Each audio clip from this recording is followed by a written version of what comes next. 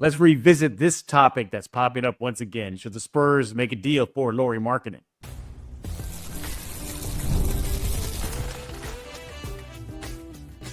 You are Locked On Spurs, your daily San Antonio Spurs podcast, part of the Locked On Podcast Network. Your team every day. Happy Wednesday. Welcome back to Locked On Spurs, another Locked On NBA Network. I'm your host, Jeff Garcia, Spurs writer for Ken's by San Antonio. Glad to have y'all back. Hope you're having a great day. Hey, it's Hump Day. You made it halfway through the work week. Good for you. And as always, we thank y'all for making Locked On Spurs your first listen each and every day. Free and available wherever you get podcasts, iTunes, Spotify, Ken's by Plus app, YouTube. You know what to do. Go subscribe. Continue being those everydayers. We definitely appreciate it. What are we talking about today? I know, here it comes again, right?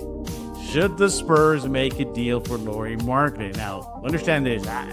It started to take wildfire recently because what an NBA writer, Kevin O'Connor, on his show said, like, hey, yeah, you know, the Spurs are good, but man, can they make that one deal? And that one deal being a trade with Utah for Lauri. So we're going to be revisiting that. It's been a while since we talked about this topic. It doesn't take a genius to know who's going to be on the guest to talk about this topic in a bit. But if you're not, don't be too. So try to act surprised when he comes on. So we're going to be talking about that. And if time permitting, we'll talk some Locked On Spurs fan comments. It's going to bring him on. Of course, James Pleasure has to be the guest for this topic. Right, James? You had to be it. I've only been championing this for, half a decade now, so it makes sense. It makes sense. He is with San Antonio Sports Star, host of Extra Innings. Make sure to follow him on X at @IamPleasure. We're going to give him his chance to brag about the Star and so much more. By the way, last week, man, shout out AJ Hoffman, your boy. He came on Locked On Spurs, made his debut. That's awesome. Love AJ. Great dude. Welcome addition to the Star here. Love him on the Morning Huddle. And he throwing some barbs there in his first episode. Yeah, he definitely was, though. Yeah, we had a chance to kind of quasi hang out for an entire weekend for the UFC Noche fights. Yeah. So pretty much every event that I went to, he was there. It was a hello. He and I actually saw a movie together, Pledge. We saw a movie together.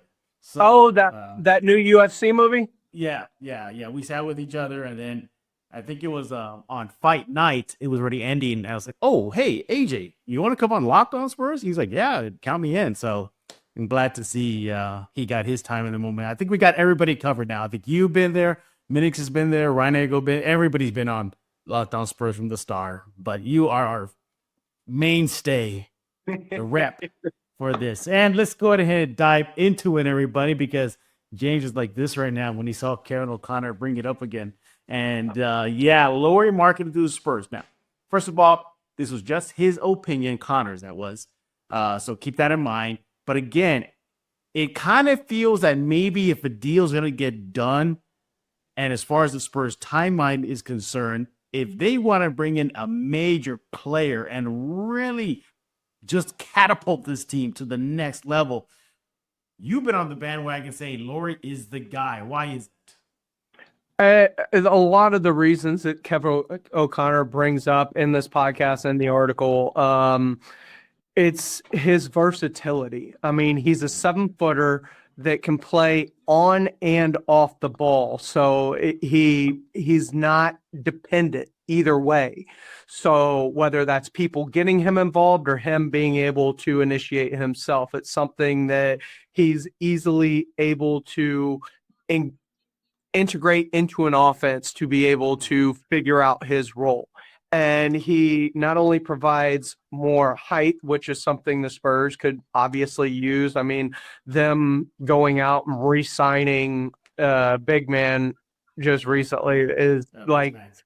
Yeah, Biyombo coming back. I mean, sure, cool. You got a big man that's at the end of your bench, but, with Cornette, with Wemby, you have Olynyk. That's a 1-year deal. Adding Lauri gives you both the size and the versatility to take this offense to the next level. His ability to space the floor and to be able to penetrate if he needs to and score off the dribble is something that I think this offense desperately needs. It's something we are projecting when it comes to Cornette because of what he did in college as a big man that was able to space the floor. He did not do that at all in Boston. So his ability is a bit of a projection. Plus, we don't know what the expanded minutes do to him in terms of ability. He was a short burst guy in Boston, and maybe that is best suited to him, maybe not. The contract the Spurs gave him suggests that he is in for a bit of an expanded role as to what it was in Boston. As it comes to Olynyk, that's a 1-year deal. And yes, while he provides the ability to space the floor, he doesn't provide the same athleticism to be able to be an on-ball kind of guy or the same kind of defensive capabilities that Lauri Markkanen also portrays. So to me, it just opens up everything the Spurs can do offensively when you pair him with Wembanyama. You have Wemby, you have Lauri Markkanen, you put, I don't care if you go Sochan or Harrison, or if you want to go smaller with Dylan Harper and Castle and Fox, like however you want to distribute the minutes, having Lauri playing off of Wemby is a win offensively. And with what Wemby's able to do defensively, it helps all parties involved. And we've seen that from his on-off splits, no matter who's on the floor. Right. Yeah, no, there's definitely a lot of pros for the Spurs to add him to the roster. Pledger, 28 years old. He's just 28 years old. He aligns with Wemby's prime. He aligns with Botz's prime. He could be the guy that would just push the Spurs maybe to the Western Conference Finals here. My goodness, he's 40? Yeah, maybe further. Yeah, but a 40+% shooter from the three line. I mean, 8.2 rebounds per game, 2.5 assists per game. Perfect for that Wemby Fox tandem right there. You throw in Markkanen, it works. And I think the biggest thing for me, if the Spurs were to chase Rory, is just the spacing. I agree with you. It's the spacing from that pivotal big man spot. Wemby, he's good, but he definitely needs to dominate more closer to the rim. The Spurs guards aren't floor spacers. Yeah. They need floor spacers. Right now they have a few, Champagny, Vassell-ish, but Lauri is definitely at a different level, isn't he? But Champagny, cool. How many minutes do you truly expect him to get with this new lineup when you add in a Dylan Harper to a Stephon Castle and a De'Aaron? He might be thrown in for a trade filler if they were to make it to Utah. That's what I'm saying. I like him. He is one of the better 3-point shooters and floor spacers that this team has. But finding minutes for everybody is really hard when you're talking about, especially the closer you get to the postseason, winding down to 7-8 man lineups going, in terms of your depth. Sure, the Spurs have some depth, and that's good throughout an entire 82-game season. But at some point, you shorten your bench and you start getting ready for the postseason. And the more you can add to those first 8 is very, very intriguing. I mean, look at the Rockets. They lose Fred VanVleet this week to an ACL injury, and people are freaking out because, one of their top scorers and floor spacers is now gone, and that is the team. While you have Şengün, Amen Thompson's not really a floor spacer. You've got Durant, who shoots 43% from 3, luckily, to help kind of offset the loss of VanVleet. But when it comes to your backcourt, you've lost a big portion of the ability to shoot from 3-point range. And that's going to be, and especially, why not take advantage with the Rockets having this setback and losing that? Have it go in to where you can make your mark on the Western Conference, pun intended, by the way. Make your mark when it comes to the Western Conference and, announcing yourself as an actual threat to the Oklahoma City Thunder and this dynasty that this team thinks that they built up. Like, I need to see it again from them, by the way. You're talking about one great player and a bunch of really good role players surrounding him. You have Wemby to Fox Castle, or you have Markkanen to Wemby, Fox Castle, and the potential of what Doug Harper can be. That's a very, very solid foundation that I don't know that many Western Conference teams can stack up with. Yeah, I also, too, we're forgetting this. He'd be a nightmare in the pick and roll situation, pick and pop situation, just a nightmare. Open up driving lanes for Fox, Castle, all the other guards. They're already having good defense, man. They might vault with Markkanen. They could vault into maybe one of the best offenses in the NBA if they were to do that. And again, and if you combine the offense and defense, all of a sudden you're talking about a team that has championship aspirations. Yeah, absolutely. Here's the other thing too, before we get a break here.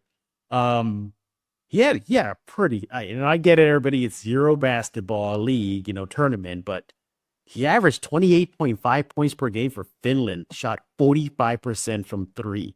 And with the NBA kind of leaning towards more of a FIBA Euro style, yeesh. You imagine that pleasure, him in black and silver next to Wemby? I've been trying to imagine it for a long time for this team, just because I know the value that Markkanen has and I get the injuries are a concern. I get that he's not a number one type player and you're paying him $35 million a year, but who else are you paying on this team currently? It's not a big deal. For me, you need to maximize this window with this young talent that you've collected. And the best way to do that is to find the pieces that fit perfectly with those young pieces. And I think Markkanen is a guy who can play on and off the ball. And if there are injuries, take over a more front centering role, or if everyone's healthy, play off of everyone else. Like, his ability to adapt within the confines of the offense make him a very, very, very attractive piece to add to this roster in terms of just how he fits into it in any way, shape, or form that they want to initiate it. And then you talk about the length of the front court when you talk about him and Cornette and Wemby and Sochan, like the ability to just really play big or small or a mix of both, with their ability to switch as well on the perimeter without having to, basically trade one for the other. Like, if you play big ball, trading off and, worrying about getting killed in switches onto smaller guards because of the athleticism of guys like Wemby and Markkanen and Sochan. Like, you really, really have a chance to solidify, not just offensively, but defensively, ways to really frustrate and boggle other teams and how they match up with you on a player personnel side, just in terms of the sheer size or small that you decide to go with, because you have those players. You have Harper, who is like 6'6". You have Castle, who is 6'5". You have De'Aaron Fox. Like, you have these guys that fit in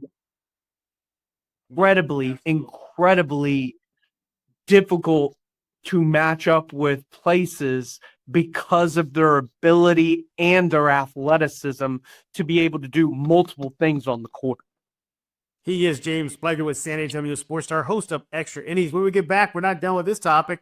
As great as it sounds on paper and how it could project out, is there a downside? Maybe reasons why the Spurs shouldn't go for Lauri. We're talking about that just coming up right here on Locked On Spurs. The NFL season is here, and FanDuel is making sure you're ready for kickoff with a can't-miss offer. Right now, new customers can bet just $5, and if your bet wins, you'll get $300 in bonus bets to use across the app.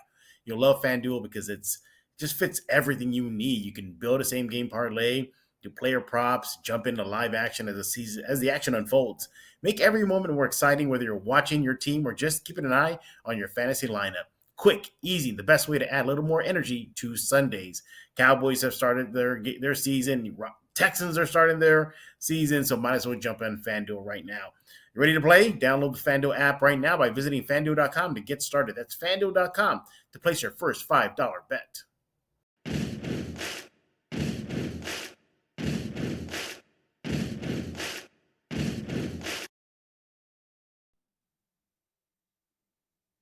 We are back right here, Locked On Spurs. During the break, Pledger got on the phone to Danny Ainge and the Jazz. You know, he's trying. He's trying. How did it go, Pledger? Any movement or no? They want a lot, obviously, because it's Danny Ainge. It's exactly. Let's get into that. What are some obstacles, pitfalls, maybe reasons why the Spurs shouldn't do a deal or maybe stay away from it? And you hit one of the bigger topics too of the con side is that it's Danny Ainge. This guy is notorious for getting max, well, at least making it more fair for him, leaning more towards him in a deal than anything else. He's a max return guy. He's done it in Boston. He's done it in Utah. Yeah. He will ask for a lot. I would expect him to demand Castle, multiple first, and this could probably turn out to be a fleece because of Danny Ainge's history. How much is perhaps just Ainge just perhaps the biggest obstacle to this? Ainge is by far the biggest obstacle, but yeah, I mean, because of his injury history, because of his contract, which I imagine Utah is trying to move off of, knowing that they're in the purgatory that they're in, having a clean book to potentially be able to, whether it's chase a free agent or just build from the ground up with the draft, however they see fit doing it, you do have bargaining chips as to, okay, if you want Castle, it's going to cost you draft picks. If you want draft picks, it's going to cost you Castle. Like these are the bargaining chips that if I'm Brian Wright and the Spurs, Brian Wright's not a guy that gets fleeced, and you can talk about things that you want, whether like Brian Wright usually does pretty good when it comes to trade value and what he gets, whether it is in capital coming to him or in what he gives out in capital that he's trying to get in return. So let's not act like Brian Wright's not really good at this being a GM and maximizing his value either.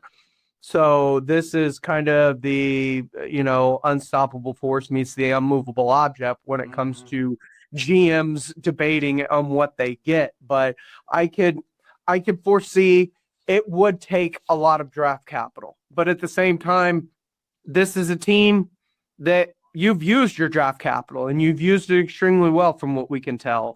And do you now start to move some of that future capital that you've acquired? Because that is a lot. And bringing on, look at the Houston Rockets. They had a lot too. Finally, they decided it's time and they went and got Kevin Durant. Like at some point, you have to make the decision of, where are we in it's time to kind of push some of these chips in and make a move to try to push ourselves into that conversation when it comes to one of the top teams in the Western Conference. And you have to be selective when you do it. It has to be for the right player. And I think when you're talking about a player, when it comes to fit, versatility, and age, and marrying the timeline of the roster that you have constructed, I think those things matter. And I think Markkanen matches those things. So if it takes 3 to 4 first round picks and maybe you have to give up the whether it's the Dallas pick swap in the future or whether it's the Boston pick swap in the future, like it's time to start thinking about, okay, it's time to make this move because this opens up our window finally before we have to start paying Wemby, before we have to start paying Castle, before we have to start paying Sochan potentially, or maybe he is the Sochan and instead of paying Sochan, he leaves in free agency or he's the guy you trade away in terms of bringing a Markkanen onto this team. And I know some people really like Sochan, and I do too. I like his nastiness. I like the mentality he brings to this team. But at some point, hard decisions have to be made when you make championship rosters.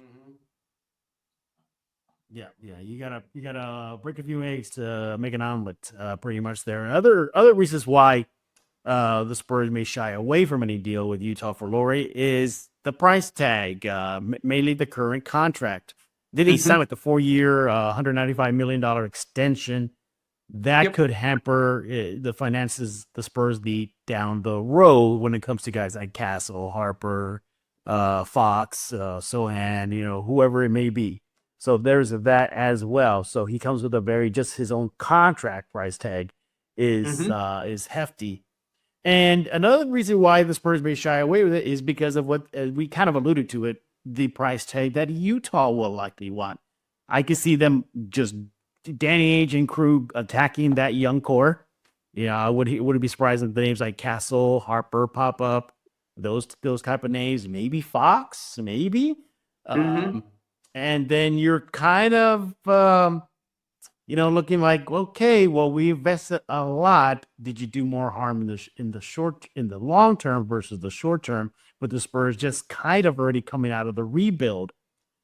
What do you think about that, Pledger? Markkanen's current contract plus Utah is going to demand a lot, and you have to gut the roster for him.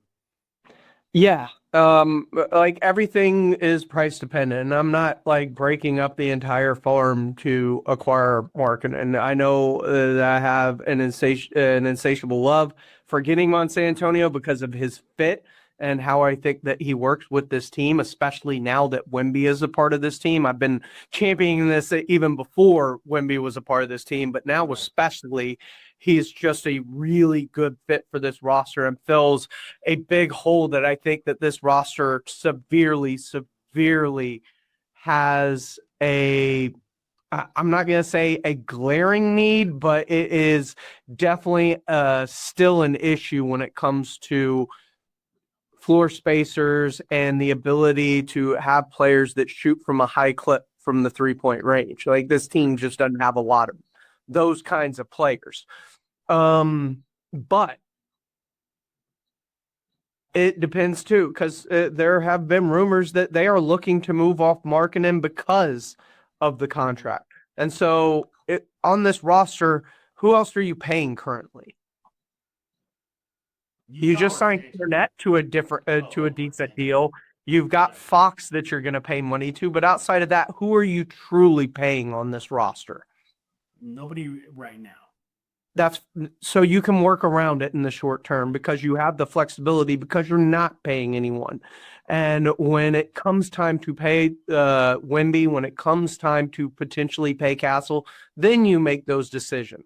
But even then, a rookie max isn't a super max. Like those are two different contracts.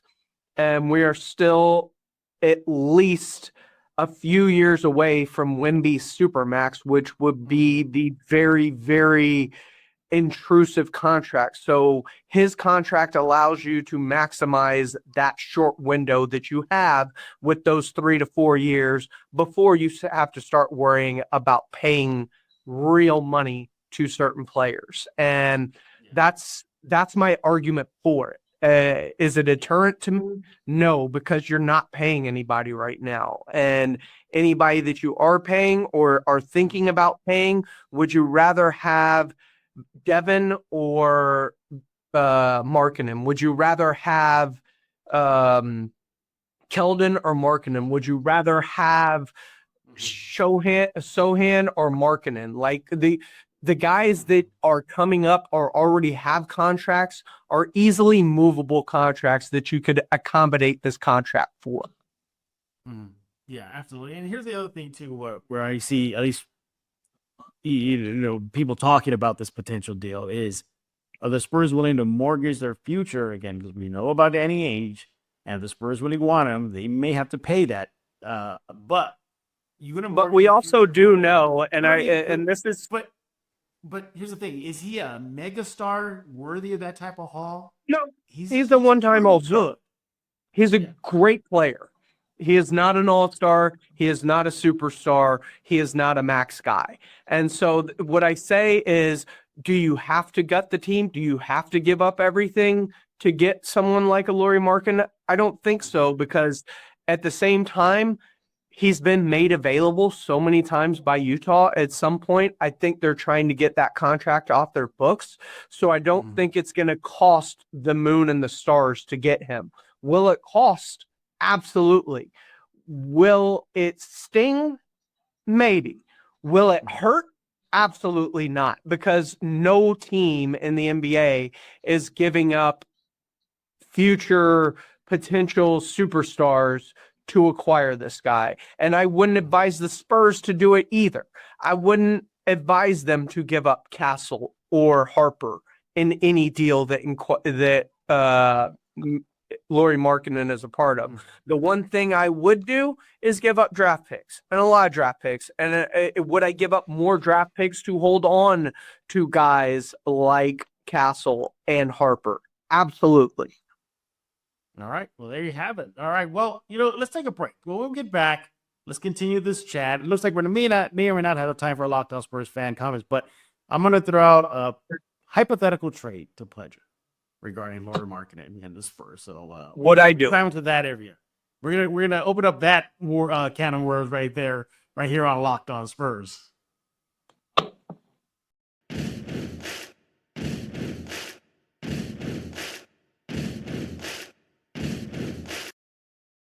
Back right here on Locked On Spurs, joined by James Pledger. He's with San Antonio Sports. Follow him on X at I am Pledger. And during the break, he told me, the Danny Ainge ain't budging so far. Pledger's trying, everybody. He's trying to make a deal, but man, Danny Ainge has you by the you-know-what there, Pledger.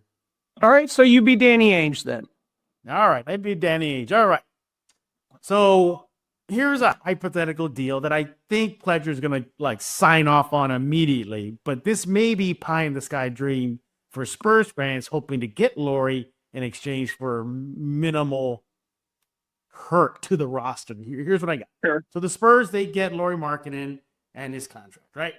And I imagine there'll be a filler piece in there somewhere. Yeah, there'll likely be a filler piece there, yeah. So the Jazz get Devin Vassell, Jeremy Sochan, Keldon Johnson, Atlanta's first round, the 2027 first round pick from Atlanta, this first pick. Mm-hmm. And then you evolve a 13, pick whoever it is. They get cash considerations and another first round pick from the Spurs just to help facilitate the numbers.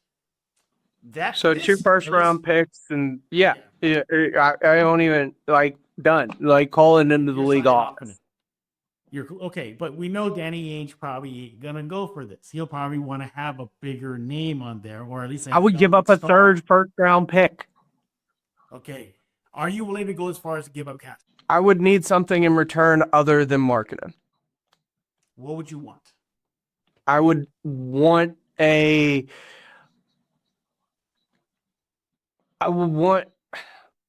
don't know if it's Keontae George or something like that, but I would need a young player that has defensive and offensive capabilities coming back that is comparable. He is not what Castle could potentially be, but he offsets the loss of Castle. Yeah. And why this works for both sides so far, obviously, the Jazz, they get out of that massive contract, right? And to be fair, I don't want to get rid of Castle, by the way. He's one of the guys I'm trying to hang on to at all costs because I like his defensive prowess, especially when paired with Wemby and what they can be on the court together. And when you talk about late game situations, the ability to close out a game on defense, having Castle on your roster paired with Wemby makes this team incredibly difficult to score against. Yeah, absolutely. Yeah. And here's the thing, circling back to the pros and cons why this hypothetical deal works. One other thing, too, is that it kind of helps the Spurs alleviate that logjam at the wingman spot, too, right now. It helps alleviate that.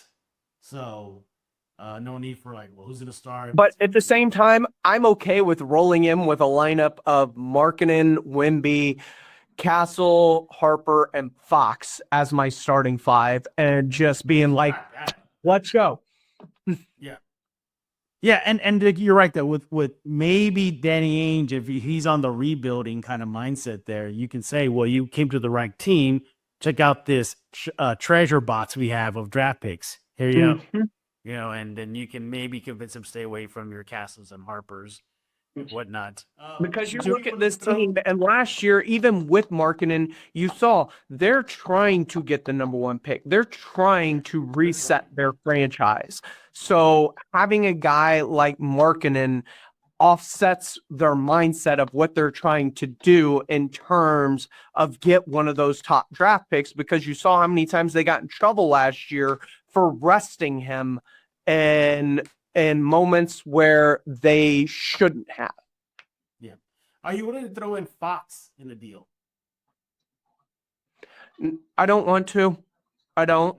I understand everybody, because of the Harper addition. I know what Fox is. I don't know what Harper is. I know what his potential is, but I know what Fox is. And I did not get to see him and Wemby together more than a game or two last year. Right. I want to see what they, especially because Fox wanted to be here. Like it's a bad look to move off of him before he even gets his opportunity. And so you're going to extend him. He is the guy. You've maxed him. So I think there is something with the fact that you give him this extension. You also can't move him for a while. Yeah, exactly. So I think he's kind of off the board. The same with what happened with Markkanen last year. He did it at a certain point. You couldn't move him till after the trade deadline. Yeah, exactly. It's intriguing, man. This is intriguing. There's a lot of pros and there's maybe a lot of cons as well.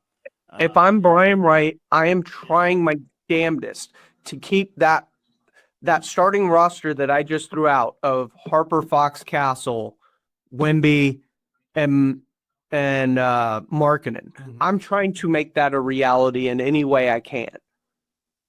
That's the core that I will. Is Castle a non-starter at the bargaining table? Is he a He's not a non-starter, but if you give up Castle, it's going to hurt Utah. Like whatever you're getting, it's going to hurt. Okay. Like I'm getting something else back and you're losing draft assets. Yeah. Castle is that important to me.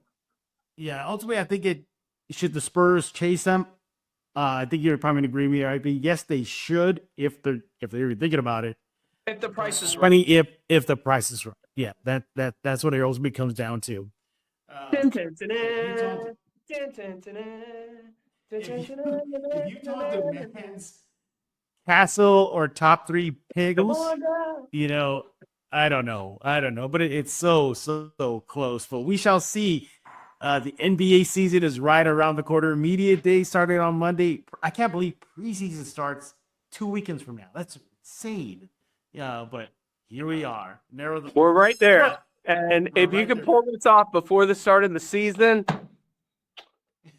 chef's kiss, Brian, right? That large cheering you hear from across the globe will be from San Antonio at the Sports Star headquarters, because I may have to turn in my Rockets fan card at that point. Hey, speaking of Van Vliet, you don't have any trust in Reed Shepard taking over? I love Reed, but I mean, you know what they say about veteran presence, leadership, going through the fires, having been through the NBA finals, winning one in Toronto. Like there's something to having that on your team and having that on the court. Reed's never been through that. Reed's never had a full NBA season in the league. Like he spent a lot of his time in the G League last year, right? Yeah. So I love Reed Shepard. I love his athleticism. I love what he could potentially be. But there's going to be growth and development with Reed Shepard. And there is going to be growing pains probably because of it. But I love him as a player. So we'll see. We shall see. Yeah, we shall see. Unfortunately, we don't have any time for a Locked On Spurs fan comment. Don't worry, we got a long season ahead of us. Will be plenty of time to discuss what y'all are talking about at the Locked On Spurs page. Hey, just DM me at me. I'll answer your questions. There you go. Pleasure. I know you're all got a lot on your plate at the Star. You know, NFL season is underway. NBA season right around the corner. What's cooking? Well, you named it. We got the NFL going. We got the Cowboys going. We got the Texans going. And between injuries and disappointing play early in the season from both of them, it's been a little bit of sky is falling Chicken Little. And then you've got, Arch Manning and the Longhorns. You got Marcel Reed and the Aggies. Like, we've got Texas Tech spending all that money and that money paying off for the Red Raiders so far early in the season. So college football has been a blast to get into to this point. And like you said, especially with these Lauri Markkanen comments, like the NBA season is right there. And I'm hoping this gets done. I'm just hoping there's not a restraining order on me for Spurs Media Day. If it does. Speaking of the NFL season, I still don't have an excuse to wear this yet. No, that's what I was leaning over for. What? This yet. But you get to wear it Sunday Night Football. You got Micah Parsons coming home. Look.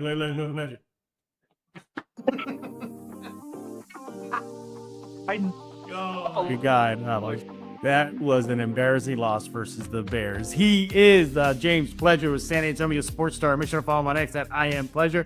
With the season right around the corner, yep, you're probably going to see a lot more Pleasure as the season comes on. So I'll definitely need his help here on Locked On Spurs. James, thank you once again for taking time out of your busy schedule to join us here on Locked On Spurs. We appreciate it. Everybody else, but thank y'all for making Locked On Spurs your first listen each and every day. Free to avail where we get podcasts, iTunes, Spotify, Campfire, plus at YouTube.